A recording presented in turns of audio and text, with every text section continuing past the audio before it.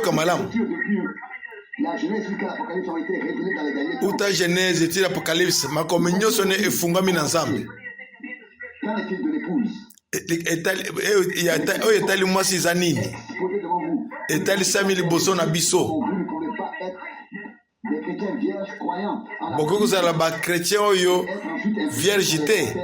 Des dénominations. Bokoki kozala kati ya bibongiseli te. Mourir pour que l'autre vive. Esengeli moko akufa mpo mosusu abika. Vous portez en tant que fils et fille de Dieu les fruits de la parole de Dieu. Bomemami lokola mwana mobali mpe mwana mwasi ya Nzambe, mbuma ya liloba na Nzambe. Comme cela était au commencement. Ndenge yango ezalaki na ebandeli. Communauté dénominationnelle et vous ne les avez pas. Bibongiseli. Là, ils vous serrent la main et disent. Bozana ngote. Pense que c'est tout ce que vous devez faire. Azopesa bino mbote bokalisi yango nde esengeli kosala. Élevés là-bas, certes religieux. De quoi sont-ils remplis? De la sagesse, de la connaissance, de batondisami na nini? Ils envoient leurs gens na mayele na mukili na boyebi ya mukili bazotinda bana na bango bakende koyekola remplis de ce que Dieu va donner. Tout comme Ève l'a fait lorsqu'elle n'a pas. batondisami na nini? balobi lokola Eva asalaki. La création est tombée. Ekela mobimbe ekoyaki. Et a été ruinée. Ebebiaki. Bomoni. Il en va de même avec. Eza ndenge moko na eklesia. On voit ces fidèles à l'école biblique. Tango bazotinda ba fidèle baona ba école biblique. Ils savent eux-mêmes rien de Dieu. Bango kutu bayebi eloko ya Nzambe pété. C'était une nuit égyptienne. Ils ne connaissent que leur statut. Ils ont le col là-bas égyptien. Mais ils ne connaissent pas la parole de Dieu. Bayebi statut na bango kasi lo banazambe bayebi te. Les autres ont peut-être dit que fait-il là avec cette arche? Mais il était un prophète. Il a balobaki na Noé nini azo sala nini na arche wana azaki musakoli azaki na révélation. Conduire hors du pays. Dieu s'est révélé. Zambe ya mitelisi na Moshe pota bima abimisa libota bani Israël libanda. Ils ont dit que Dieu ne parle plus, sinon nous mourrons. Balbina Moshe ke Nzambe alobe na biso pete pamba te tokokufa. Il a dit dans Deutéronome 18. Pe alobi na Deutéronome 18. Vous suscitera un prophète comme moi. Et puis il est Kolo Nzambe akutelemisa musakoli kola ngai. 14, une vierge sera enceinte. Et alobi mwana mwasi ya Moseka akokumba zemi. Son nom sera conseiller, merveilleux, Dieu puissant. Na Esaïe 9:5 alokombone kuzala conseiller, Dieu tout puissant, prince de la paix. Il n'aura pas de fin. Nous pouvons. Bokonzine kuzala na sukate. Cela dépasse tout ce que nous pouvons comprendre. Wana elekeli oyo tout tokoki kososola. À quoi sert toute cette théologie de la Bible dans les séminaires? Théologie nyonso to ya Bible litomba na nini na ba séminaire. Tout ce qui avait été prédit pour l'âge de Laodicée. Boyebi nyonso to elobambi pona eloko na Laodika. Voyez tout cela, alors vous voyez juste dans un Soki bozo mona ngo bongo bomoni solo. il est dit si vous aimez le monde et les choses. Un Jean 15 alobi soki olingi mokili. Comment pouvez-vous Na biloko mokili. Ndenge nini boko tondisama na liloba na Nzambe. Hollywood, la mort Botondisami na Hollywood. Liwese koti. c'est impossible. Kosimba te. De la religion. Nyonso to na kombo ya religion. De quoi êtes-vous réellement rempli? Bino botondisami na nini penza? Comment une femme aux cheveux courts, Ndenge nini mwasi na suki bakata alati robe ya mukuse. comment un prédicateur peut-il subsister s'il lit Actes des Apôtres 2:38 et sait que dans toute la Bible personne n'a été baptisé dans Ndenge nini mutei akoki koteya ayebi ke na Biblia mutu te atikele kobatisami na kombo ya tata mwana mpe molimo nsantu bango nyonso babatisami na Acte 2:38. vous avez vendu votre droit d'aînesse Bino boteki kikulutu na bino. spirituel. Dieu aura une épouse. Nzambe akozala na mwasi na libala mwasi liloba. Si vous aimez le monde, l'amour de Dieu n'est Soki bolingi mokili bolingo na Nzambe eza kati na bino te. non. Cela veut dire que la mort n'est pas encore venue. Wana ye koloba liwana no eye te. Vous avez aimé en premier.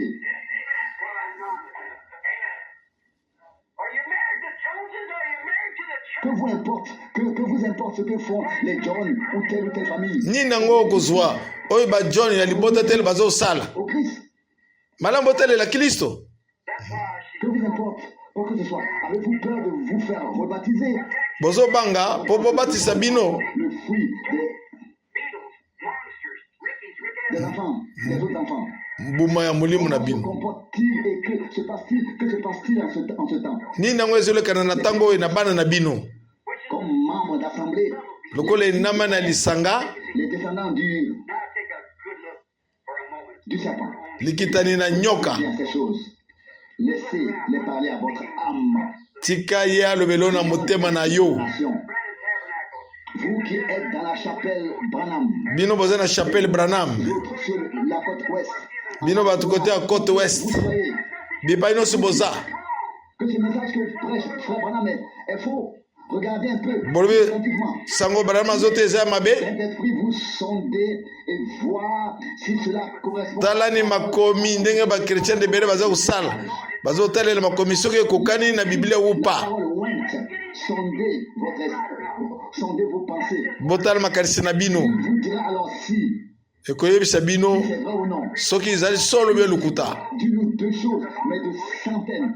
Est-ce que la Bible dit que les femmes doivent se couper les cheveux courts? Bongo Bible elobi ke basi esengeli bakata suki. Trois fois, alors, trois fois lors du baptême, au nom du Père, au nom du Fils. Eske esengeli kubatisa bato na kombo tata mwana mbala misatu. Vous voyez, Bomoni vous pouvez mentionner, je ne sais comment, ezali makambo ya lukuta. tout à la lumière de la parole de Dieu. Nyonso tu botelela ngo na pole ya liloba. Oui, Caïn n'en faisait-il pas partie? Ève n'en faisait-elle pas partie? Eva asalaki yango te. Elle a prédit ce qui se passerait à la Odyssée. Laissez le Saint-Esprit sortir. Kiliso alobaki makambo oyo ezolekana na udika te. Lorsque la reine dit à Belchassar, Ntango rene azoloba na Belshazzar dans notre royaume, elle savait que le prophète Daniel était là. ayebaki te mosakoli Daniel azalaki wana. Chose douteuse. Laissez le Saint-Esprit être en vous. Tika Molimo Santo azala kati na bino olie bosalaka kotiaka tembe. Il fera tous les doutes, il apportera des éclaircissements, bien sûr, car il sera toujours à son poste. Akomema pole akozala kaka wana ntango iso Molimo Santo. Cela va de soi, mais vous ne pouvez pas vous arrêter là. Vous ne pouvez pas vous arrêter à l'époque de Wesley ou à ce point. Bokoki kotelema na eleko na Wesley te, eleko ya basakoli nyonso to wana te, malamu kotambola. Tous morts, et cela a continué. Vous voyez, toute la vie s'en va maintenant. Vous voyez, bien sûr, il fallait cette croissance à travers le temps pour que cela émerge comme un grain de blé. Esengeli kokola. Bongo bongo mboto wana ekola lokola mbuma. Qui ont permis à la vie de se transmettre. Oyo epesaki nzela ete bomoi ekende na bomoi mosusu. Dénomination et sont morts. Kasi oyo etikali ya bibongiseli bakufi. Vous pensez qu'il est déjà là, que c'est déjà le grain de blé. Bozo banzi ete asila komi wana eza grain de blé Blé. te. Même si cela ressemble déjà à un grain de blé. Ata ekokani lokola grain de blé ezali Soit morte et sèche et que tout yango ekufi. semble au sommet. Vous voyez, alors il est là.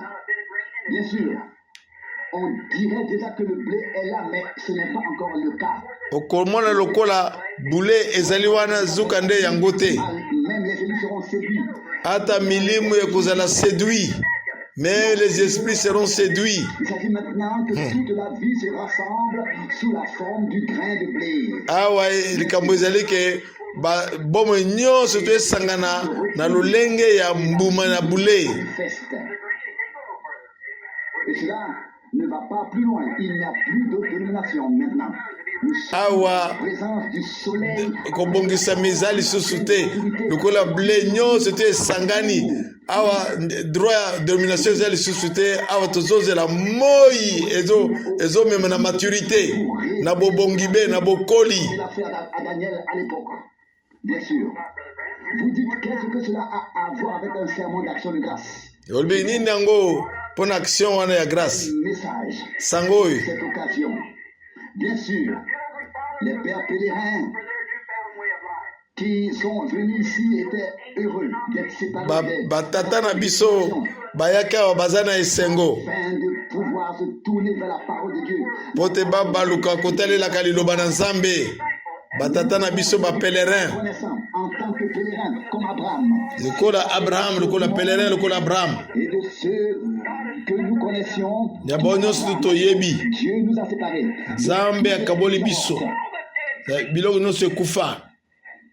Je parle à tous dans toute la nation. Il nous a séparés de toutes les lois. Il nous a Akaboli biso une nouvelle terre na mibeko nyonso pour notre temps. Pour ntango na biso. Ils sont morts, comme Luther, Wesley et les autres. Bien sûr, il y a des... Bato bakufi babongisi le kufi lokola baliter lokola bango nyonso. Encore les appeler à sortir. Awa bamso batikali tozobenga bango babima.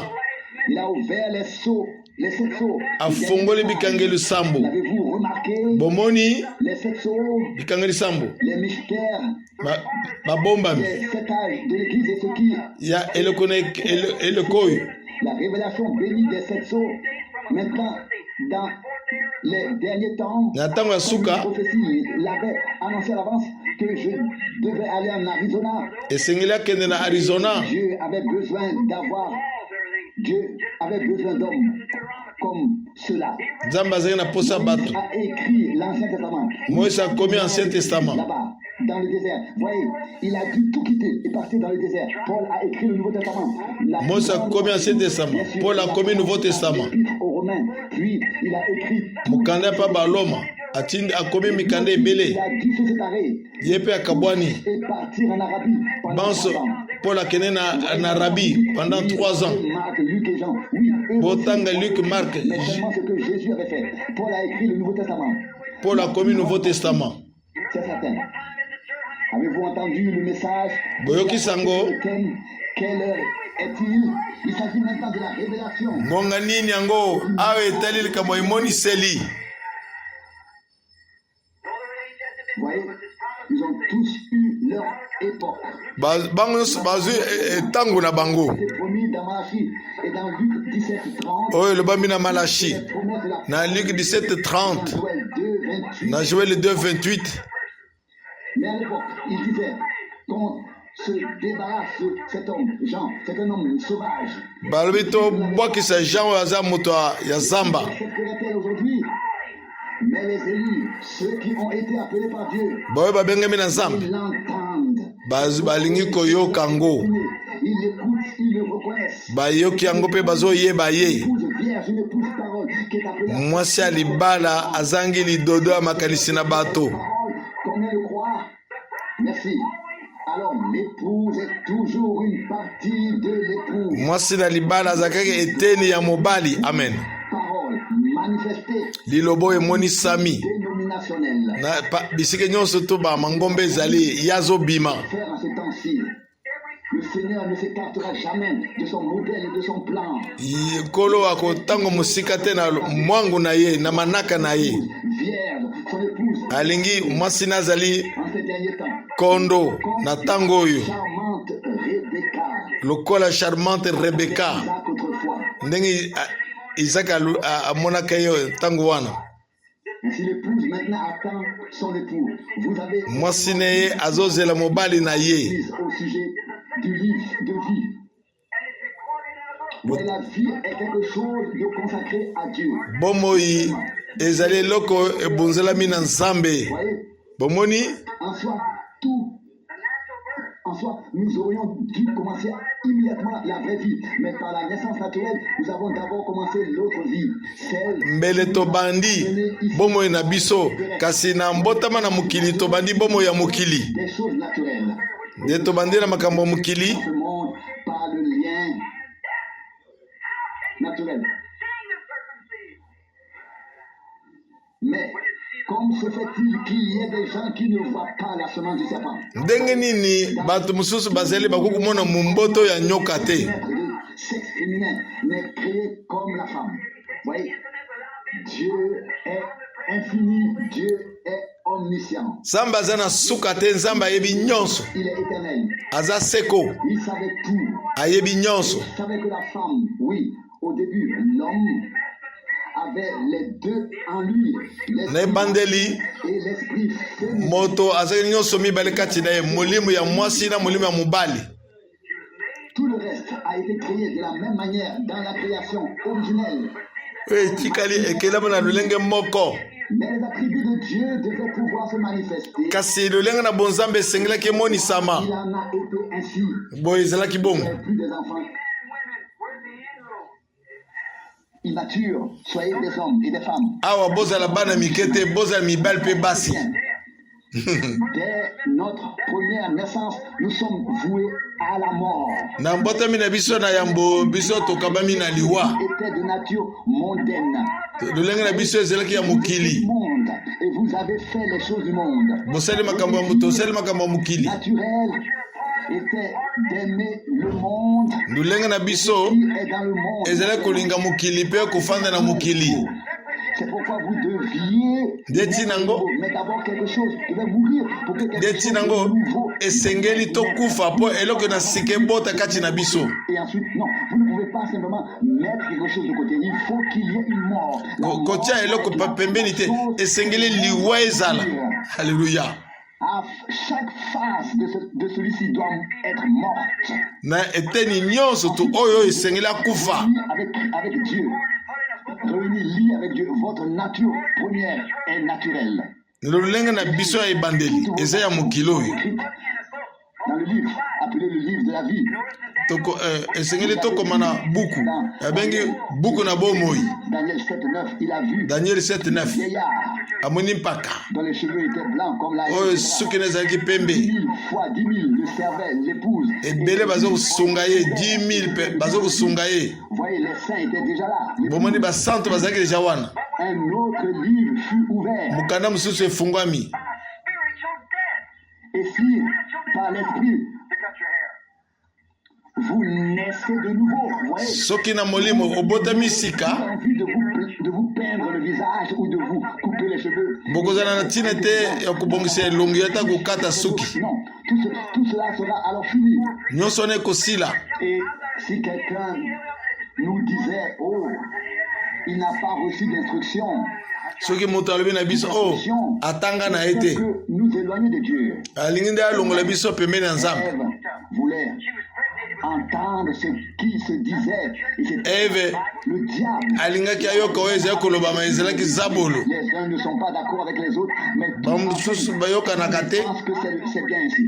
kasi suka balobi ke malamu awa. Où elle en est, où elle se tient. Kasi mwasi ya libala aza wapi? Non, ils seront peu nombreux. Oui, vous dites Kuna balobi baza ebele 1000, certainement. Mais cela sera de toutes les périodes. wana balobi ke bakozala moke kasi wana mwasi ya libala bakozala ebele.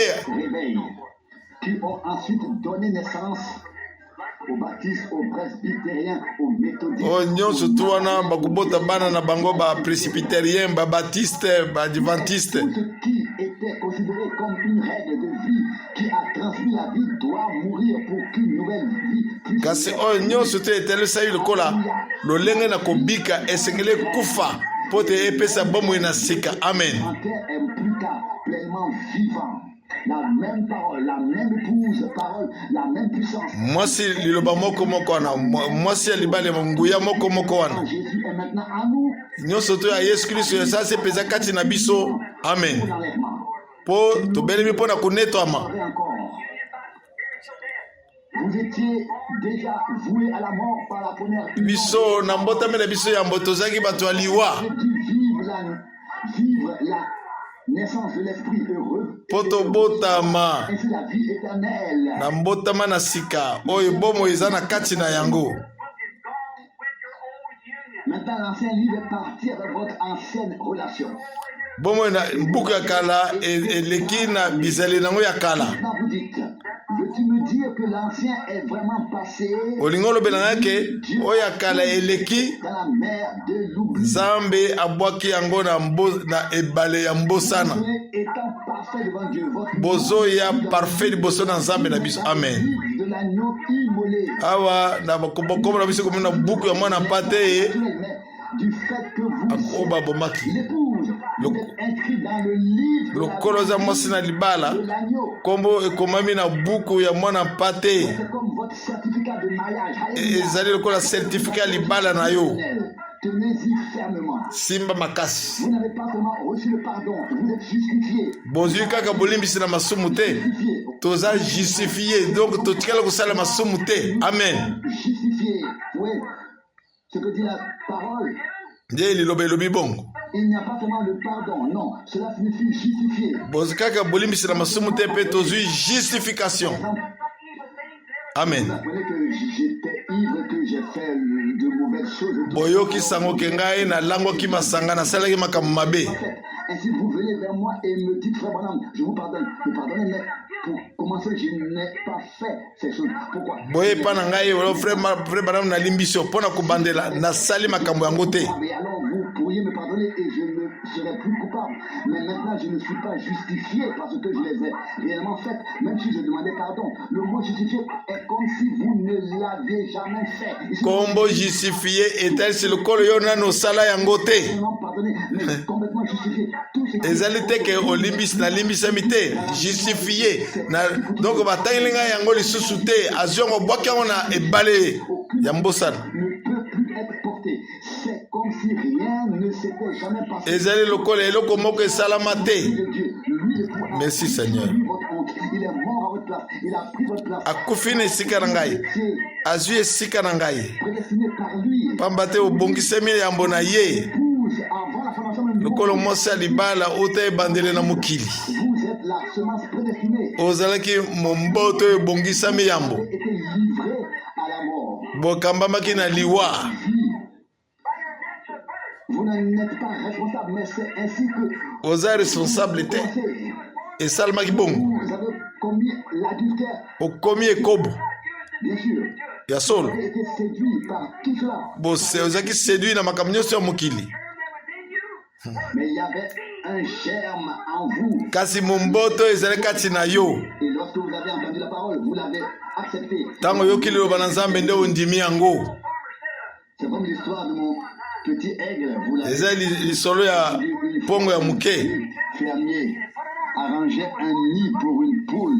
abongisi Pas assez d'œufs pour mettre sala il ya en basoso manquait un et il prit alors un œuf d'aigle et le plaça sous la kasi poule. azwi Le petit aigle liki sortit ya de l'œuf, mais il n'avait pas sa place parmi aigle tous les poussins. Et atie il kati na basoso ici et là. Et le petit aiglon ne pouvait même mwana pas pongo dans le poulailler. akoki kotambola na pula ye te Mais il restait néanmoins parmi les poussins. kasi azalaki katikati na bango wana Il passa un temps difficile. alikaki bangongo ya pasi. C'est Il vrai. n'aimait pas ce qui réussissait les poussins. Non, ce n'était pas pour lui. ezalaki mpona ye te azosepela lolenge na bango te kasi azalaki awana Il n'aimait pas ce qui réjouissait les poussins. azokoyeba te nini yango ezosepelisi bana soso. Un jour, la mère aigle, sachant qu'elle avait pondu 2 œufs, mokolo mosusu ça son petit, et mama na bango alekaki ayebaki te abotaki bana mbaki mibale survola la cour. atamboli Petit, elle a appelé amoni mwana abengi une voix qui a immédiatement fait écho. mwana ayoki kaka eke babengi ye Le jeune aiglon, oh, cela sonne juste. Oh, quand wana eza kitoko véritablement prédestiné. ntango momboto oyo ebongisami yambo eyoki liloba na nzambe. Haleluya. Entend la parole de Dieu, c'est une musique pour nos oreilles. ezali haleluya ezali miziki na matoi na biso. Nous, même si les dénominations nous ont tenus liés, nous sommes maintenant libres. ata bato bibongiseli bakangaki biso awa tokomi bansomi Qui n'appartient pas à cet endroit. alobi na ye ke yo oza na esika wana te ya yo te Puis je sortis d'ici. La mère dit, alobi ke ndenge nini na kobima wana mama nayebisi nzela la parole de Dieu a été confirmée. liloba na nzambe etatolamaki Et de nouveau, comme fils et filles, esengeli kobobotamisika lokola bana mibali mpe bana basi ya nzambe croiront au message de Dieu. bakondima sango na nzambe. Dieu a envoyé du ciel. Aleluya oyo nzambe atindi na utalola C'est ce qu'ils croyaient à l'époque pentecôtiste et à na ntango na Martin Luther bandimaki mpe eteni na bango na ntango joni osile bandima mpe eteni na bango. que voyez-vous? Amen. bozomona nini? Eh bien, nous voici les véritables âmes d'aigle. Ne tala biso oyo bapongo ya solosolo suivent pas un étranger.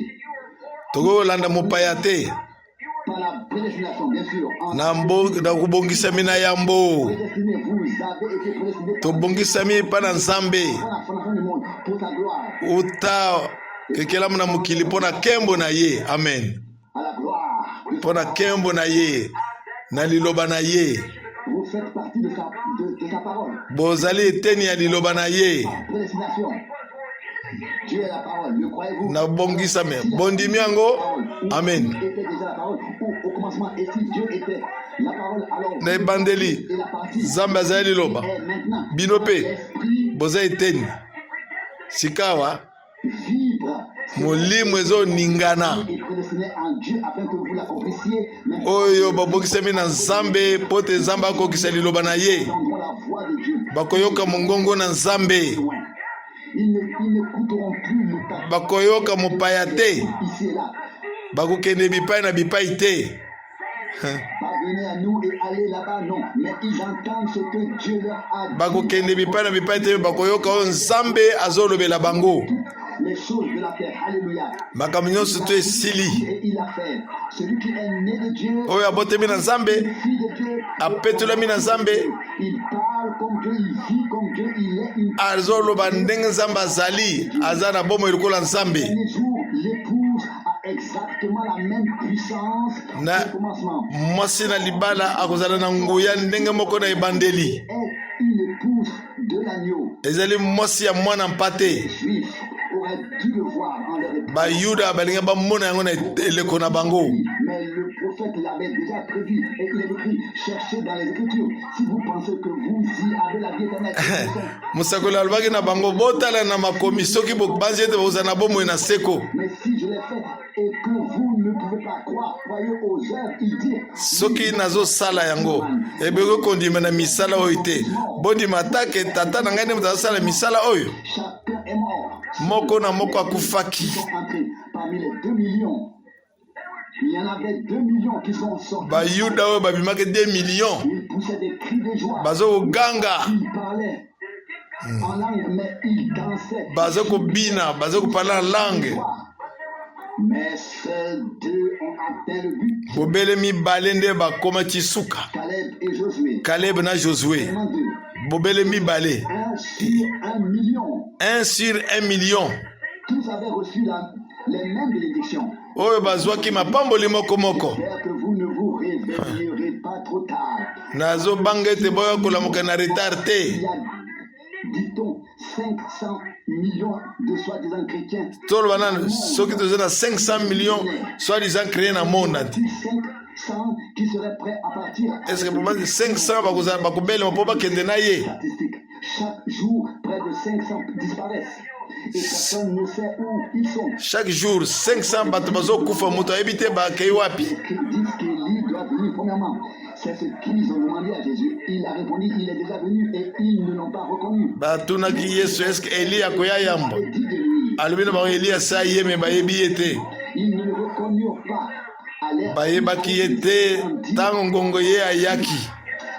êtes-vous vraiment des chrétiens nés de nouveau? Bobota baza bandimi bobotemi sika. Vous voyez, alors vous sortirez de toutes les dénominations. Bokobima na bibongiseli nyonso. Vous viendrez sur le sol fertile de la Bokoya na mabele oyo fertile. Amen. produit dès le début. Mais nous en sommes sortis. Tobimi. Dit dans l'histoire de l'aigle qui Ndenge lobami na lisolo ya pongo. confirmé et révélé par Dieu. Liloba etatolami na Nzambe. Son message. Tozomema sango na ye. Moïse avait la parole confirmée pour son Moshe azalaki na liloba etatolami na ntango na ye. l'a prêché. Ate yango. Jean avait la parole confirmée pour son temps. Yohana azali na liloba etatolami na ntango na ye. Oui. Puis Jésus est venu. Yesu aye. Continuer. La loi et les prophètes étaient jusqu'à Jean. Puis le royaume de Dieu a été prêché. Vous voyez. Puis Mobeko. est apparu. Lors de la réformation. Ezalaki tikino na Jean. L'église aujourd'hui. Mpe bokonzi na Nzambe eteyamaki. Wesley et l'église pentecôtiste Wesley étaient en son temps. Mais na baeglize pentecôtiste na ntango na bango ezalaki. cela vous semble peut-être étrange. Wana bozomona yango étrange. Si précisément qu'il ne reste aucune question, c'est parfait. Eloko moko etikali te.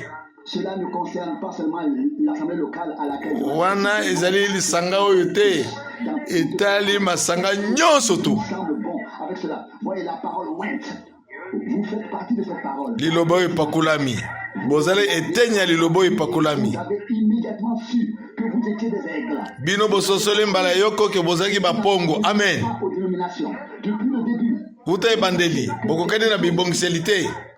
n'allez pas avec Bokende te. Eh bien, vous saviez que vous étiez fourvoyés, mais lui, l'époux, a pris votre honte. boyebaki ete bakosaki bino ye mobali azwi biso asokoli bino. C'est ce que dit la Bible. Oyo nde Biblia elobi.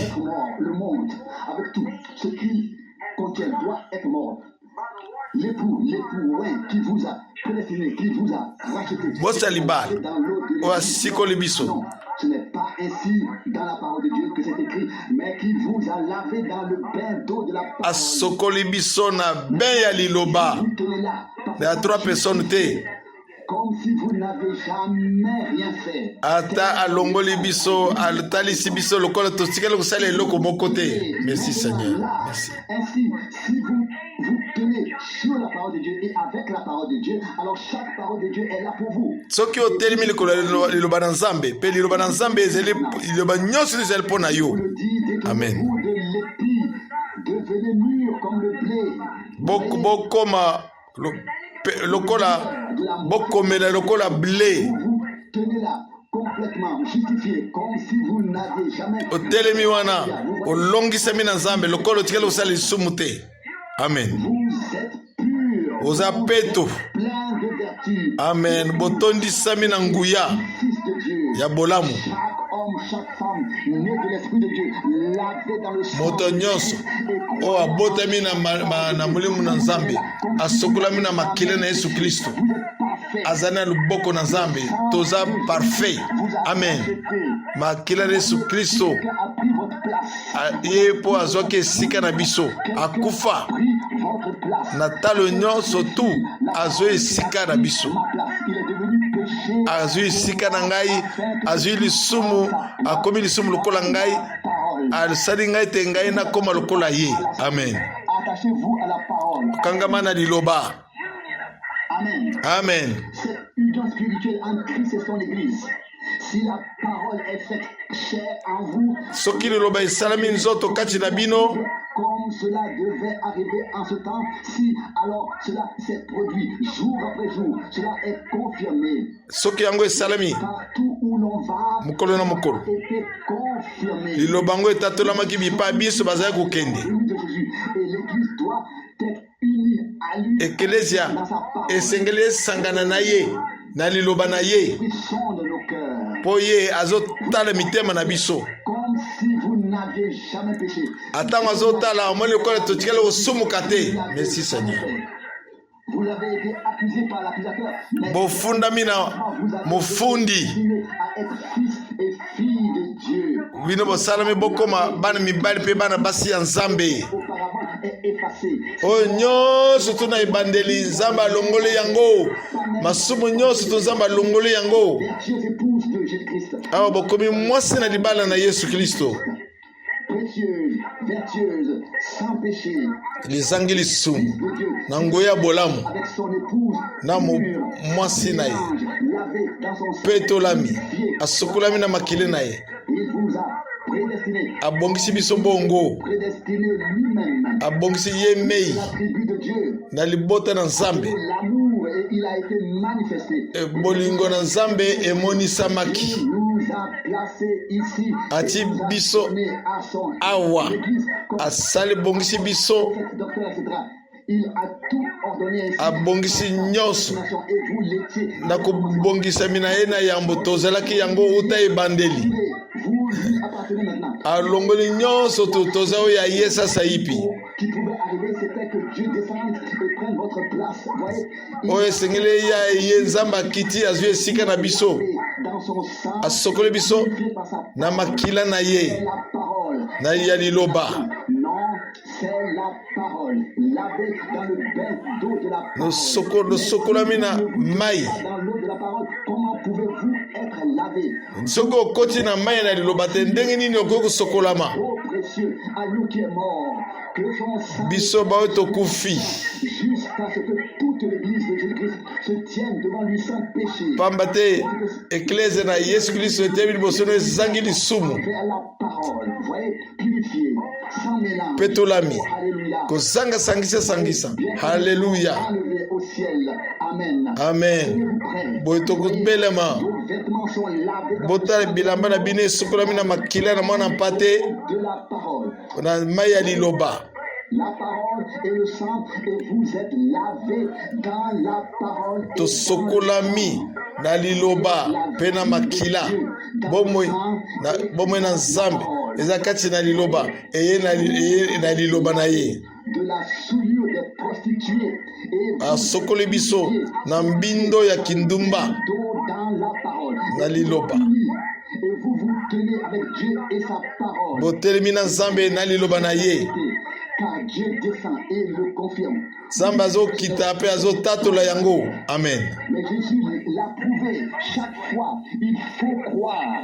yesu atelise yango ntango iso esengeli kondima ndenge nzambe alobi De Moïse au temps de Noé partout, mais à l'époque ils ont accepté la parole de Balaam au lieu de rester fidèles à la parole telle que Dieu l'avait révélée. mingi batosaki liloba ya balamu olio ya kotikala fidele na liloba na nzambe Et vous y êtes prédestinés. kala mingi te tokende na feti ya libala Indescriptible. tobongisami mpo na kokende kuna La grâce imméritée. ngolu oyo tokokaki na biso mpe te Vous a destiné à cela, et cela dès la fondation du monde. abongisa biso yambo uta ekalamu na mokili Grâce. Alléluia. ngolu Notre Dieu. haleluya.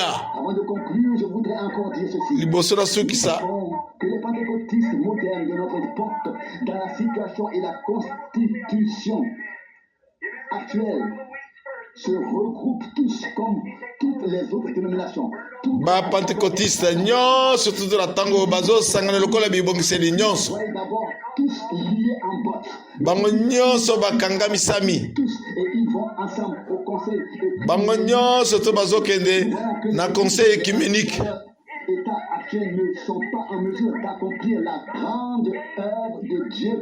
Et na la- ntango oyo bakoki te mpo na kokokisa mosala monene na nzambe. Vous voyez combien de pentecôtistes peuvent encore dire amen à cela? bomoni bapentekosti bakoloba ameni na likambo yango Nous sommes des communautés de l'unité, de la albi toza bakominauté ya bomoko dispute entre eux. L'un croit ceci, l'autre croit kati na bango moko azondima boye mosusu andima kondima na bango ekeseni me balingi kozalaka elongo. qu'on peut leur parler. Mais alors ils disent, oh, je ne crois pas cela. Vous voyez? o nandimi yango te Honte. Qui est votre père? Et batalisi nani yango aza tata na bango ancien dans l'église ou autre chose, mais êtes-vous des fils de Dieu? kozala mpaka na eklezia ya eloko te ozali mwana na nzambe Ne peut en aucun cas porter et transmettre le message des derniers temps dans son état actuel. Non. bango bakopanza sango lolenge yango eza boyi te Ils ne sont pas en accord avec la parole de Dieu. baza na boyokani na eloba na nzambe te De mourir, bien sûr. C'est un peuple élu, choisi, voyez. Et c'est ainsi que nous savons que toutes les dénominations, biso toyebi mpo tobongisami yambo yango nde toyebi te bibongiseli nyonso tu le message est pour Bakoko yamba yango te. de nouveau oyo ya bana na nzambe bakoyamba yango bakobota masika qu'il est mort. Dieu l'a laissé mourir. nzambe atiki akufa Fini, terminé. esili Tout cela avec l'éducation, les cours nyonso to wana na baéducation na bacours biblique na baséminaire en meurent. Ils sont séparés. Voyez, Bakabwani. ici et la Trinité là-bas. Voyez, tout n'est qu'un grand désordre. nyonso ezwi bulu yeke J'ai parlé à un jeune homme. nazaloba na elengi mobali Ils appartenaient à une certaine église aza et na ils se sont séparés. libongiseli Pourquoi donc? bakabwani mpo nini na eglise wana De confessions de foi différentes. J'ai demandé, es-tu catholique? natuni ye oza katolike J'appartiens aux pentecôtistes. alobi naza ya pentecôtiste À l'église pentecôtiste, mais à des églises différentes, et ils voulaient se séparer à cause de ça. Vous voyez que l'église romaine a commencé comme bomoni pentecôtiste. azalaki na Il a fallu près de 2000 ans. pour- esengeli azalaki na église catholique azalaki na église pentecôtiste kasi bakei kosangana kuna me ye akabwani na bango Eh bien, ils regardent leur père, atali tata na bango leur femme se couper les cheveux, et atali bango ndenge bazokata basuki plus rien de faux dans l'église. donc Pas étonnant, pas étonnant. ezoya kokamwa lisusu te Dieu se soit manifesté. bango Dieu l'a mis devant nous. nzambe atelisi biso yango ndenge bango bapengwi Vous avez tout rejeté. babwakisi nyonso Dieu a été mis devant vous. ozoka nde nzambe atalisami liboso na bango Confirmé que tout a été confirmé. nzambe atatolaki liboso na bango nyonso te etatolamaki avait été promis pour ce temps. Et vous, vous êtes fermé et vous ne l'avez pas accepté. bango baboyi yango bandimi yango te. Vous êtes morts et vous ne le Bakufi. savez pas dans le péché et les transgressions. Nous savons tous que l'Église dans son état actuel n'est toyebi plus apporter le message de ce Ecclesia na lolenge nango eza boye ko yamba sango ya suka te, c'est vrai. pourrait-elle alors qu'elle n'y croit même pas. Comment pourrait-elle croire Luc 17:30 ndenge nini nakokondima Luc 17:30 pour ce temps. oyo nyonso tozambalaki na ntango oyo akokondima ngo Il te. est écrit, il en sera de même dans les jours du Fils. Ekozala ndenge moko na mokolo oyo mwana moto akomitalisa. C'était autrefois et commencez aujourd'hui, regardez. Botala ndenge ezalaki kala na ndenge eza lelo. Voyez, vous, Billy Graham et Oral Robert, Bino Billy Graham na Oral Roberts. et voyez-vous les élus avec Abraham qui voient le même signe qui a été Tala Abraham ndenge bomoni bilembo moko moko epesemele na ntango wana. humain. Vous dites que c'était un ange, vous dites que c'était un ange. C'était Dieu qui l'a dit. Le Seigneur Bozoloba ezali ange ezalaki nzambe moto akitelaki. a donné son dernier signe. Apesaki elembo na ya suka Comme il en était au jour de Sodome. ndenge ezalaki na ntango ya Sodome na Gomore, nzambe aselango mpe lelo bongo. Comme il en était autrefois. Sondez dans les Écritures. Botala makomi Pour la vie éternelle. Ce sont soki bokokozwa bomoi na seko kuna eza ndenge Yesu azoyebisa bango. que nous savons qu'ils sont morts. Dieu les a laissés mourir Biso toyebi te bakufi, nzambe atiki bango bakufi à des programmes que nous mpona baprogramme na bango na bakuru ya biblike na bango. occupés de ces choses. Non. Vous ne pouvez pas inventer ou comprendre Dieu. Bokoki koinvente te bato bokoki kososola nzambe Exactement comment le Messie viendrait. Voyez ndenge nini Mesi akoya, comment cet homme qui est un enfant ndenge légitime mwana oyo illégitime a reçu son éducation. awapi bisika nini azwi éducation. Il est né de l'adulte baza kolobeta botami na ekobo à notre époque.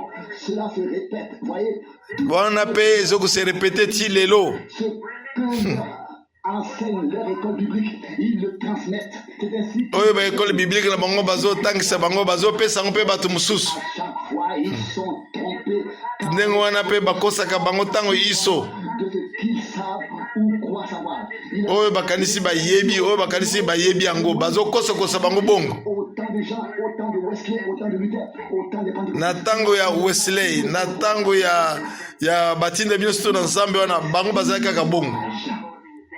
Il y a eu des réformateurs, mais maintenant, c'est différent. Bareformateur bazalaki Ils sont morts. bamartin Luther babongisela bango nyonso to ekufi Un mandat touche à sa fin. nyonso ekomi na suka nango. Tout le monde pour pouvoir faire quelque chose, révéler les sept sceaux et le Nzambe atindi mpona kofungola bikangelo sambo. n'appartiennent pas aux dénominations.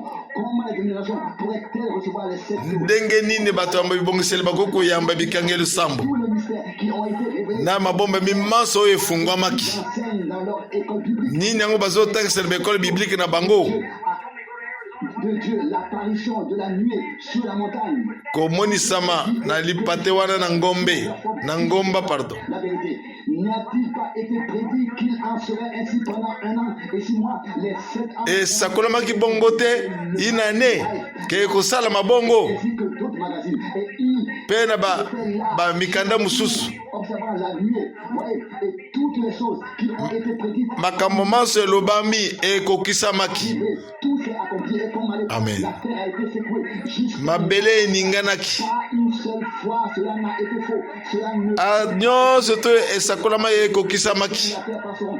Mais la parole de Dieu, Maloba na bato ekoleka kasi loba na nzambe ekotikala pas dans une dénomination, non, na bibongiseli te mais en dehors libanda des dénominations afin qu'il puisse prendre son épouse. Il n'a pas besoin d'une épouse de po te azwa mwasi na ye aza na posa ya mwasi ya bibongiseli te faire les sept mystères des sept sceaux et à révéler ce qui était. afongoli oyo ebombamaki na bikangeli sambo. Dieu l'a fait et les gens peuvent le voir. Nzambe asali yango mpe bato bakoki komona yango. Sorte des dénominations en tant qu'épouse. Voyez-vous, ces deux livres maintenant, l'un est le livre de l'agneau et Bamikanda eza mibale, simplement le livre de la vie. moko ezali buku na bomoi, moko oso buku na bomoi mwana mpate. Vous voyez, cela ne peut Bomoni yango enlever car vous êtes prédestinés à en faire po bino bobongisami mpo na koyamba sango yango. vie. Votre nom pourrait être effacé. Kombo na yo na buku na bomoi bakoki kolongola yango, kasi na buku na bomoi ya mwana mpate ekoki kolongwa te. Moi, vous dire, il y a il est déjà tard, mais restez attentifs. ngongisele kasi bobelema. De la nation, aux différentes parties de notre pays, partout.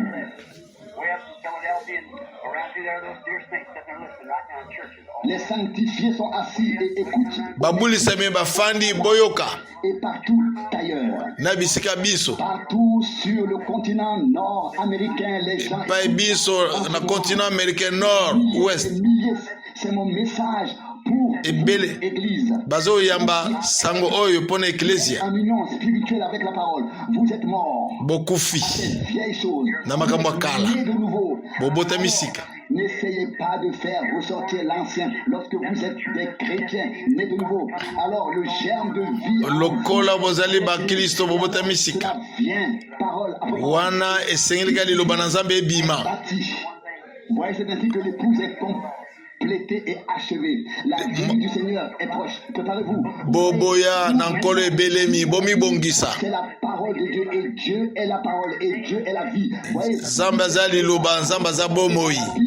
car la Bible est la parole de Dieu. Pote Bibli ezali loba na nzambe. C'est pour voir la parole confirmée. Ezali pona kumona loba na nzambe etatolama. Alors confirmer les promesses telles que Dieu les a ordonnées. Pilaka ndenge nzamba talisi yango. Par les œuvres qui ont été promises, ne croyez pas en moi. Na misalo esengeli salon bondi melanga ite.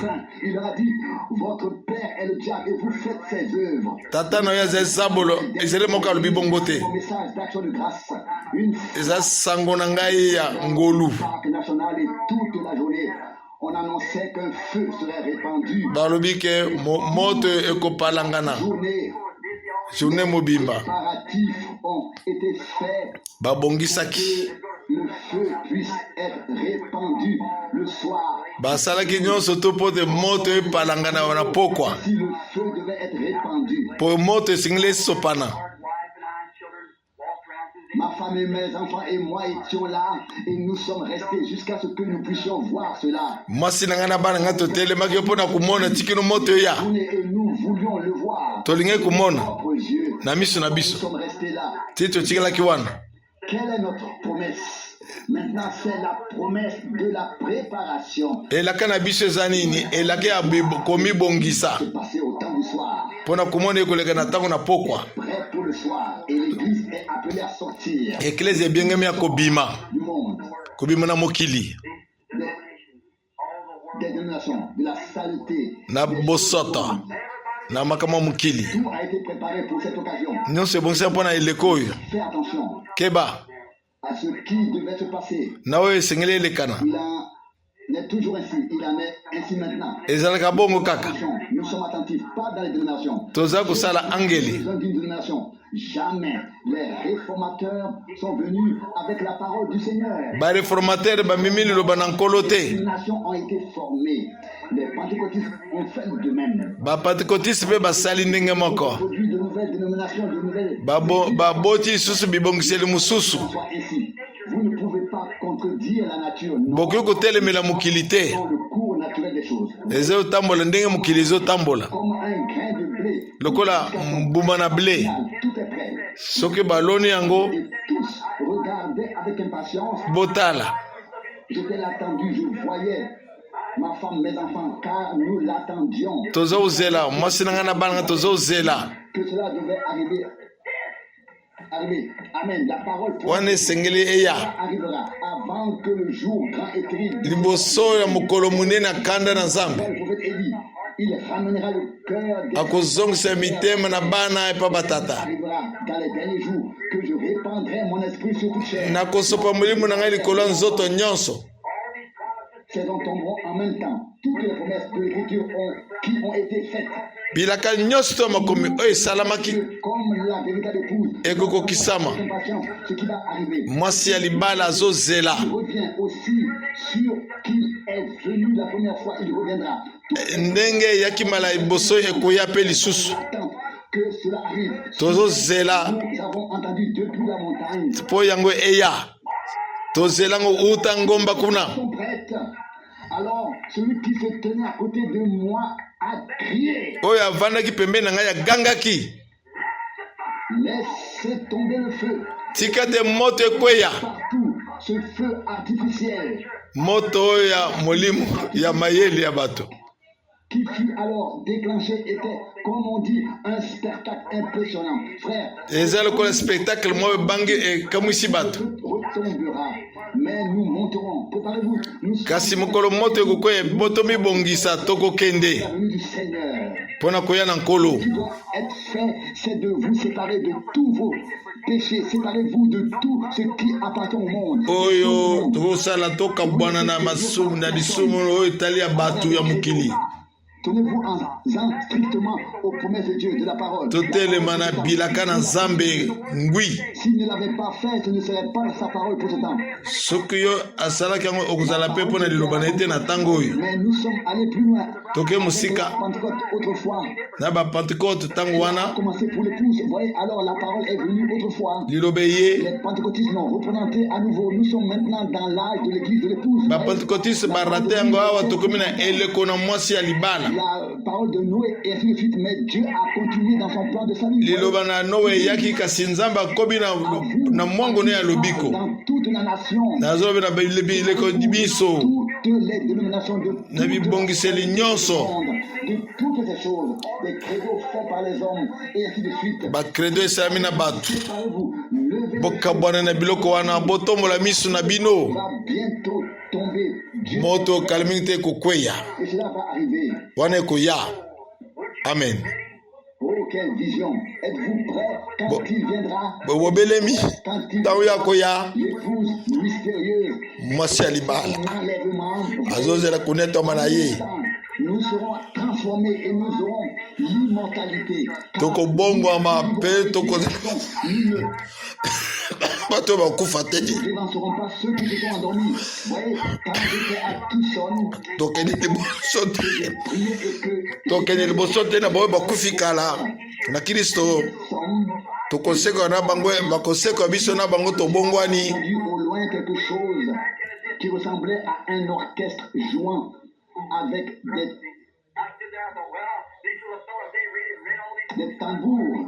Et puis j'ai vu une armée na moni en marche lokola orchestre moko ezobeta na bambumba bunda mpe namoni armée moko nete mondiale ce qui avait été utilisé pendant la Seconde Guerre mondiale. oyo bautilisaki na seconde guerre mondiale Vu qu'il se passait quelque chose. namoni eloko moko elekanaki Vétéran de la Première Guerre mondiale. bato ya bitumba liboso La Croix Blanche, c'était un spectacle. bamemi croix ya pembe ezalaki spectacle monene Et ce qui s'était passé. Et j'ai vu certaines personnes pleurer. namoni bato Dont mosusu les maris étaient morts à la guerre. bamosusu kolela bamibali ya bankutu bakufaki na bitumba L'armée actuelle est arrivée. namoni armée oyo eye Oh mon Dieu. o nzambe na ngai Nous verrons autre chose. Lorsque la résurrection aura lieu, Mukolo ceux qui mosusu, seront endormis en Christ ressusciteront tokomona. premièrement. Et ce sera comme une procession puissante. Nous qui sommes restés vivants. biso bato totikali na bomoi Ceux qui se sont endormis. tokende liboso te na bayo bakufi liboso na biso ressusciteront. bato Nous serons ya kufa liboso bakosekwa nous serons transformés. biso tokobongwana Ensemble dans un cortège. Tokeye longo. Nous ferons tous ceux de l'époque de Luther, bato ya ntango ya liter de l'époque de Wesley et bato ya ntango Wesley tous en feront. Vous voyez, banso bakokota nous sommes prêts à entrer. Alors le tobelemi mpo na kokota inclinons la tête en un instant. togumba mitu na biso Retenu trop longtemps. Il est déjà tard. Combien de temps Ngongese je vous eleki. dirai, Frère Branham, j'ai honte de la façon dont j'ai vécu. Je me suis accroché. boni na boni bakokoloba ndeko branam naza na soni na ndenge nabikaki Oh, que Dieu vous bénisse tous. nzambe apambole bino banso bino bosi botomboli misapi N'ayez pas honte. nzambe apambola bino koyoka soni De te New York à la Californie, du Canada au Mexique, tous ceux qui sont dans des églises ou des groupes, oyo baza na bibongiseli vous de tout votre cœur, bondimi na motema na bino mobimba soyez sortez des dominations. bobima na bibongiseli L'esprit de vie est en vous. molimo na bomo eza kati na bino Vous avez entendu quelque chose boyoki eloko différent de ce que vous avez entendu jusqu'à présent. ekeseni na oyo boyoki ti kino na moi na lelo Écoutez, vous les prédicateurs qui ne voulaient pas lever les mains. Bino batei, bolingi kutombola misapite pote na bonde la pona bino. Pas produit dans un coin, mes amis, non. Étroite est la porte et étroit le chemin qui mène à la vie. Muke ezali nzela opesa bomoi munene bato ebele batukotaka na yango. Pas que vous soyez seulement en train de danser sous la musique tout en restant tiède. Non, sortez. Bo bima, botikala tiède te bo bima. Beaucoup sont malheureux, misérables, pauvres. Mingi baza babola. Ils s'en tiennent à l'organisation. Bazo kangamakaka na bibongiseli. Je ne vous tiens pas pour responsable. Nazo zwabino lokola ba responsable te na makambongo. J'ai passé 3 ans là-bas. Naliki mbula misato kuna. Je ne voulais pas fonder une église. Nalingaki kosala ecclesia te. Pérégrine en a fondé une. Voyez, un jour, Frère Pérégrine asali yaye. vous voudrez entendre le message. Biso bolingi koyoka sango. Pourquoi n'écoutez-vous pas? Pourquoi ne voulez-vous pas? Honte à vous, frère Soni na bino bandeko. de Dieu. Po nini bozo koyoka te. Vous entendrez la parole de Dieu. Vous l'écouterez. Bokoyoka liloba na Vous Nzambe. l'entendrez une dernière fois. Bokoyoka otambala suka. Proche, très proche. Biso tobelemi. Ne vouliez-vous pas venir aujourd'hui? Bolingi koya lelo te. Fidèles, nous sommes ici. Nzambe na sembo toza awa. Faites Pona feti oyo ya bubuki. plus grand jour. Mokolo munene. Aurait voulu le voir. Tolingaki komona yango. L'ancien prophète aurait voulu le voir. Mosakoli ya kala alingaki komona yango. Abraham attendait ce jour. Abraham aza kozela mokolo yango. C'est la ville dont Dieu est le Aza koluka engumba Nzambe ye moko aza motongi. Il descend du ciel et il a rendu témoignage Mpe apesi de litatoli. Dieu qui choisirait son épouse. Dieu fidèle Nzambe asemba parle à tous dans tout le pays. na mboka na bamboka nyonso loba na minoko na mitema na biso. Si tu ne leur ouvres pas les yeux, Soko ofungoli bango misu te bakokomprendre te. dans la force. Ta parole le dit, Père. Je te prie pour tout le pays et Na pour bondeli le monde entier. mpo na mokili mobimba Partout, ailleurs au Mozambique et dans na Mozambique le pays, na bamboka nyonso l'écoute des enregistrements dans oyo bazokoyoka matei na yo awa peko. a lieu. Il le voit, des centaines et des centaines partout le voient. Et les derniers membres qui appartiennent ozomona bango bipai na bipai basante na oyo ya suka oyo esengeli abima. que l'épouse veuille bien le voir. Nalingi mwasi ya libala amona yango Qu'elle se sépare de tout aka bwana au monde. na nyonso ya mokili Dans la présence de la lumière du soleil. azala na pole Baigné dans sa parole, dans son amour, accorde le Père. pesa Ceux qui ont visiblement Kimia. levé les mains ici des oyo nyonso so batomboli maboko qu'une nouvelle vie vienne en eux. Je prie pour tika bomoi na sika ye kati na bango. et pour tous dans le monde Amen. entier. Mpona banso Magnétique. na mokili mobimba Et écoutez maintenant. esika bazokoyoka makambo oyo D'action de grâce, puisse-t-il avoir compris le signe qui tika leur te est donné. basosola elembo oyo opesi bango Bénis-les, tous ceux que nous avons appelés à l'hôtel, oh Dieu. oyo nyonso tu baye awa na etumbelo Puissent-ils tous venir, les noirs, les blancs, les bruns, tika bango banso baya soit les riches, les bato pauvres, mwindu bato ya pembe bato ya bazwi babola ce sont plus à eux-mêmes qui se sont fait plaisir si longtemps là-bas, qu'ils viennent. Ils étaient bango misérables. nyonso to bazalaki ya mawa bayebaki yango te nkolo. En serait ainsi, il en est ainsi, je prie, Père. nazobondela bongo olobaki ekozala bongo Qui na mokili mobimba lèguent la paix et reconnaissent bayeba la voix de leur Seigneur. mongongo ya nkolo na bango. Je te les remets au nom de Jésus. nazongiselo bango na kombo na Yesu Kristo, amen. S'il y a encore parmi vous qui ne sont pas encore sauvés, Kati na bino bamosusu baza babikisami te, n'êtes-vous pas reconnaissant de ce que Jésus boza reconnaissant na oyo Yesu asali te. pécheur, éloigné de Dieu, et quelque chose bat dans votre cœur. Voyez, vous êtes peut-être comme eloko moko ezoba kati na mitema na bino, l'aigle. Et écoutez, oza lokola mwana pongo vous ne oyo sentirez jamais bien nulle part tant que vous ne vous serez pas consacré. okomi yoka malamu te esika songolo ntango yo okomikaba te. Que vous venez dans l'hôtel, je vous en prie, okokoya na etumbelo na bondeli yo garçon ou fille, que mwasi ata mobali ou non, que vous vous déclariez chrétien ou non, venez. omitatola mukristo ata pamba te yaka. Eh bien, vous qui appartenez aux différentes dénominations, Bino boyo bozana bibongiseli ekeseni. à cette nourriture, vous voulez bien savoir ce qu'est le véritable baptême Saint-Esprit. Oya po yeba nini yango libatisi ya solo ya molimo santo. Et tout est prêt. Venez. Nyonso ebelemi boya Venez. boya. Oh Dieu, je suis si reconnaissant O Nzambe d'avoir connu matondi dans ma vie. mpona koyeba makambo oyo na bomoi na ngai. Venez maintenant. Vous Sala yango. tout essayé, vous avez toujours dit, je le ferai alors, et je le ferai alors. Vous avez repoussé et repoussé, vous, jour après jour. Bolobi bokosala yango kasi botinaka nka mosika botinaka mosika. Vous avez toujours cru qu'il y avait quelque chose. Boyebi kaka ke Je vous ai, eloko moko boye eza pour la séparation que le Fils de Dieu a opéré en vous. Vous êtes séparés du péché, de l'incrédulité, et vous êtes bokabwani maintenant na lisumu ya ekenze. et recevoir les bénédictions de Dieu. Bozwa lipamboli na Nzambe. Mort pour vous. Kristo akufi mpo na bino. Il est mort Ngai.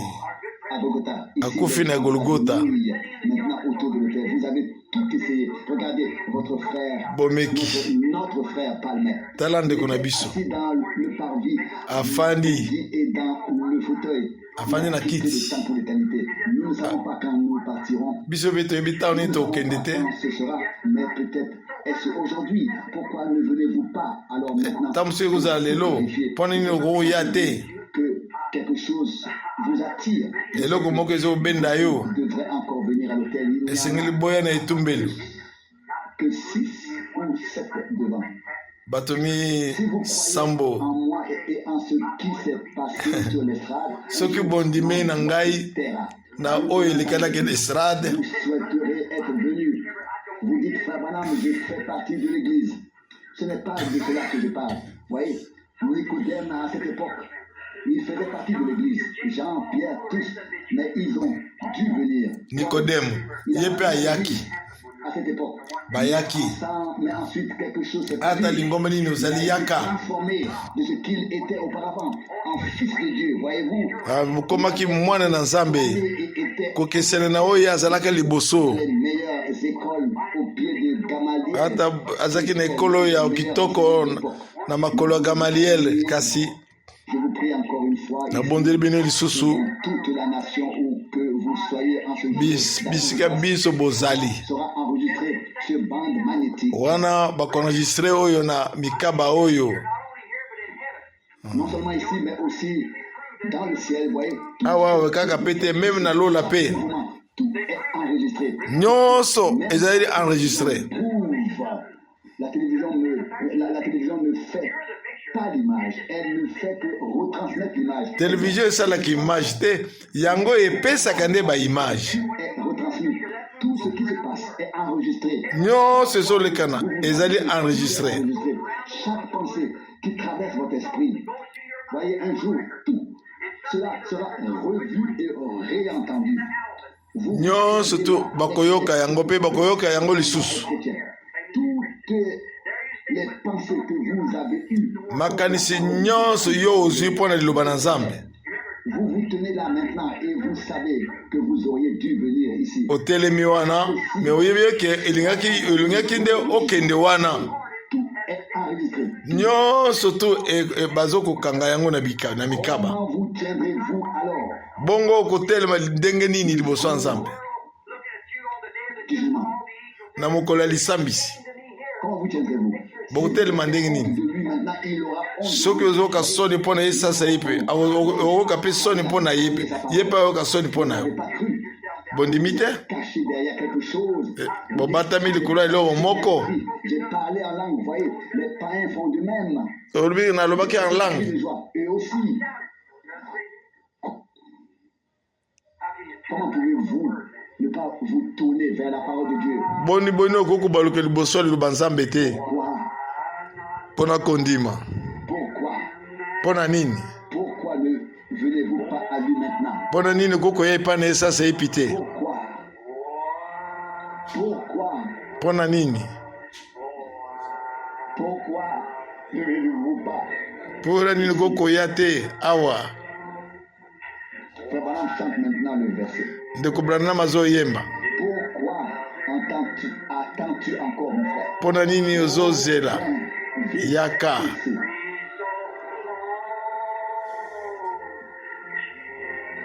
Jésus, Yesu depuis si longtemps, azeli utakala. il te donne la paix Azopesa kimia et le repos pe na bopemi. de son corps. Alors chantez avec moi. Boyemba liongo na ngai. Pourquoi? Pourquoi? Oh, Pona nini? venez. Pourquoi Pona nini? ne viens-tu pas ici? Okoya awa te. Tellement reconnaissant, très reconnaissant. Batondi na Nzambe Je vraiment. rends grâce Donc sima ngolu. pour la nourriture terrestre. Non, Pona bile ya molimo. nous sommes dans les derniers temps. Toza na tango ya suka. La nourriture spirituelle. Pona bile ya molimo. Cette chose qui a été commise. Bikango lisambo oyo elakamaki. Quelque chose d'autre va arriver. Non, vous ne pouvez plus rien y ajouter. Tout est Okoki kobakisa te nyonso epesemelami. c'est déjà révélé. Vous ne Ese pouvez efungwami. ajouter rien. Bokoki kobakisa te eloko te. Dans les derniers jours, vous ne voulez pas venir Bolingi koya te maintenant, mes amis. boya sasa epi baninga. Vous ne pouvez pas encore comprendre. Venez. Ata na ososoli nanu te yaka. Vous parlez, lui. Si Yaka loba na ye. va vous l'expliquer clairement, il vous l'expliquera. Akolobela yo Il pe. fera tous vos doutes. Nyonso akolongola batembe nyonso. Pourquoi ne voulez-vous pas venir? Pona nini olingi koya te? Pourquoi ne venez-vous pas? Pona nini bozoya te? Souvenez-vous, ceci est enregistré. Bobanza oyo bakanga na mikaba. Et Dieu l'a enregistré. Nzambe moto akangisa na mikaba. Que vous inclinez la tête, que vous inclinez votre cœur, tout est enregistré. Okitisa mutu na yo. Okitisa motema na yo. Nyonso so ekangami. Tout le jugement Na mokolo ya lisambisi vous sera présenté. ekuta lisemela yo. Décision. Je voudrais encore attendre. Na lizozela lisusu. Les monde maintenant qui sont venus. Namoni bato baye nyonso. Et si j'attends encore un peu, Soki nazeli lisusu quelqu'un d'autre viendra. ta mosusu moto mosusu akoya. À New York, peut-être en Philadelphie, peut-être en Californie. Ta mosusu na Philadelphie. Ta mosusu na Californie. Soyez, n'oubliez pas Bi passe boza. l'appel à l'hôtel. Mbela na hotel. La fête d'action de grâce. Nous sommes à la fin. Na mokolo na musala ya ngolu. Ce sera la dernière fois. Ezali kondima ya suka. Et si vous ne saisissez pas cette occasion maintenant, Soki osimbi serez-vous alors? okolinga nini ndeko? Personne ne peut venir à moi. Moto te akoya epai na ngai. Tire, a dit Jésus. Si le père ne peut pas l'attirer, eloba Yesu. Ils viendront. Oyo nyonso ata apesi nga bakoya. Oh, si j'étais quelque part, Ngai mpe je voudrais aussi. nazaki esika songolo. C'est peut-être la dernière bande magnétique. Ta mosusu ezali bande ya suka. Mokaba ya suka. Si c'est le cas, je vous les confie au nom du Seigneur Jésus. Soki bongo napesi bino yango na kombo na Yesu Kristo. Pendant que le cœur chante doucement, je prierai pour vous. Tango loyembo ezoyembama malembe na kobondela mpo na bino. Peut-être un chrétien étrange pour beaucoup. Je crois que Dieu a révélé la parole. Na banzi ete Nzambe afungoli liloba. Là, le Seigneur, moi le Seigneur, j'ai planté, je l'arroserai jour et nuit. Ngai nkolo naloni yango nakosopela yango mai butu moi. De ma main. Avant que Mosala ya loboko na ngai. Amen. j'ai maintenant prié pour moi-même. Nazobondela mpe mpo na ngai moko. Sinon à nouveau la tête. Togumba mitu. Bien, Seigneur Jésus, Sembo nkolo Yesu. cite ta parole. Nalandi liloba na yo. Le prophète a prononcé. Oyo mosakoli nasakoli. Je sais que les paroles des prophètes sont vraies. Nayebi ke maloba mosakoli eza solo. Seigneur, j'ai planté. Naloni. Tu nous as aussi inscrits dans le livre de vie de l'agneau. Avant la fondation du monde. Okomi yango mpe na buku na bomoi na mwana mpate liboso ete mokili esalamu. Tu les arracheras de ta main. Moko te kobotola ngo na loboko na yo. Et beaucoup d'autres qui ont entendu l'appel à l'autel. Ebele bayoki Osent maintenant. mbele na hotel. Les voici. Metala ngai Tu mpe. les as libérés Okangoli bango nkolo. des choses du monde, Na makambo nyonso ya mokili. de tous les péchés, Na masumu nyonso. de l'iniquité du cœur. Na kokoso ya mitema. Seigneur, que dans l'adoration, eza bobele na ngolu de leur cœur, toefungule mitema libérer et croire en ta parole. tondimi liloba na yo. Il dit, Seigneur Jésus, j'ai toujours cru alobi nkolo nandimaka kaka chose que je devais recevoir, nandina makambo moko nalingi nayamba tout essayer de toutes les manières possibles. Mais maintenant, je l'ai reconnu. awa na lulenge nyo mena na sosolo yango Étrange et que je ne pouvais pas le comprendre. nakoya kososola te Je m'approche de toi, napusali pembeni na yo pas de la parole vivante. yo liloba na bomoi Viens dans la dévotion, na ye une réflexion, je viens à l'autel. na ye Je nkolo salue, Seigneur, j'ai tellement faim. je naposa na yo naza nzala Je veux que tu me serres dans tes bras. nalingi toyamba ngai na maboko na yo nkolo nayambanga pardon Quelconque met par l'esprit de l'amour, prends-moi dans tes bras. yamba ngai na maboko na yo nkolo na bolingo na yo nkolo Dont il a été parlé. Appelle-moi, Seigneur. Je suis venu. Attrape-moi. Prends-moi. na ye nkolo zwa ngai Amène-moi loin des choses du monde. mema ngai mosika na makambo mokili oyo mema ngai De toutes mes mauvaises habitudes. na bizaleli na ngai nyonso ya mabe Prends-moi et laisse-moi venir à toi. tombola ngai tika ngai nakoma epai na yo nkolo En moi, le pardon de tous mes doutes. Prends-moi longola ngai batembe nyonso zwa ngai na maboko na yo nkolo comme une nouvelle créature. nakoma ekelamu na sika Sors-moi du nid de l'aigle afin que, longola ngai na masala avec la parole de Dieu, na liloba na yo prends-moi, laisse-moi m'envoler. Accorde-moi. mema ngai tika ngai napumbwa nkolo na ngai Tu es ici. oza awa Prière sincère. Je prie pour les mourants. Accorde-leur, Père. Aide-les pour ta gloire. mpo na nkembo na yo nkolo epa na yo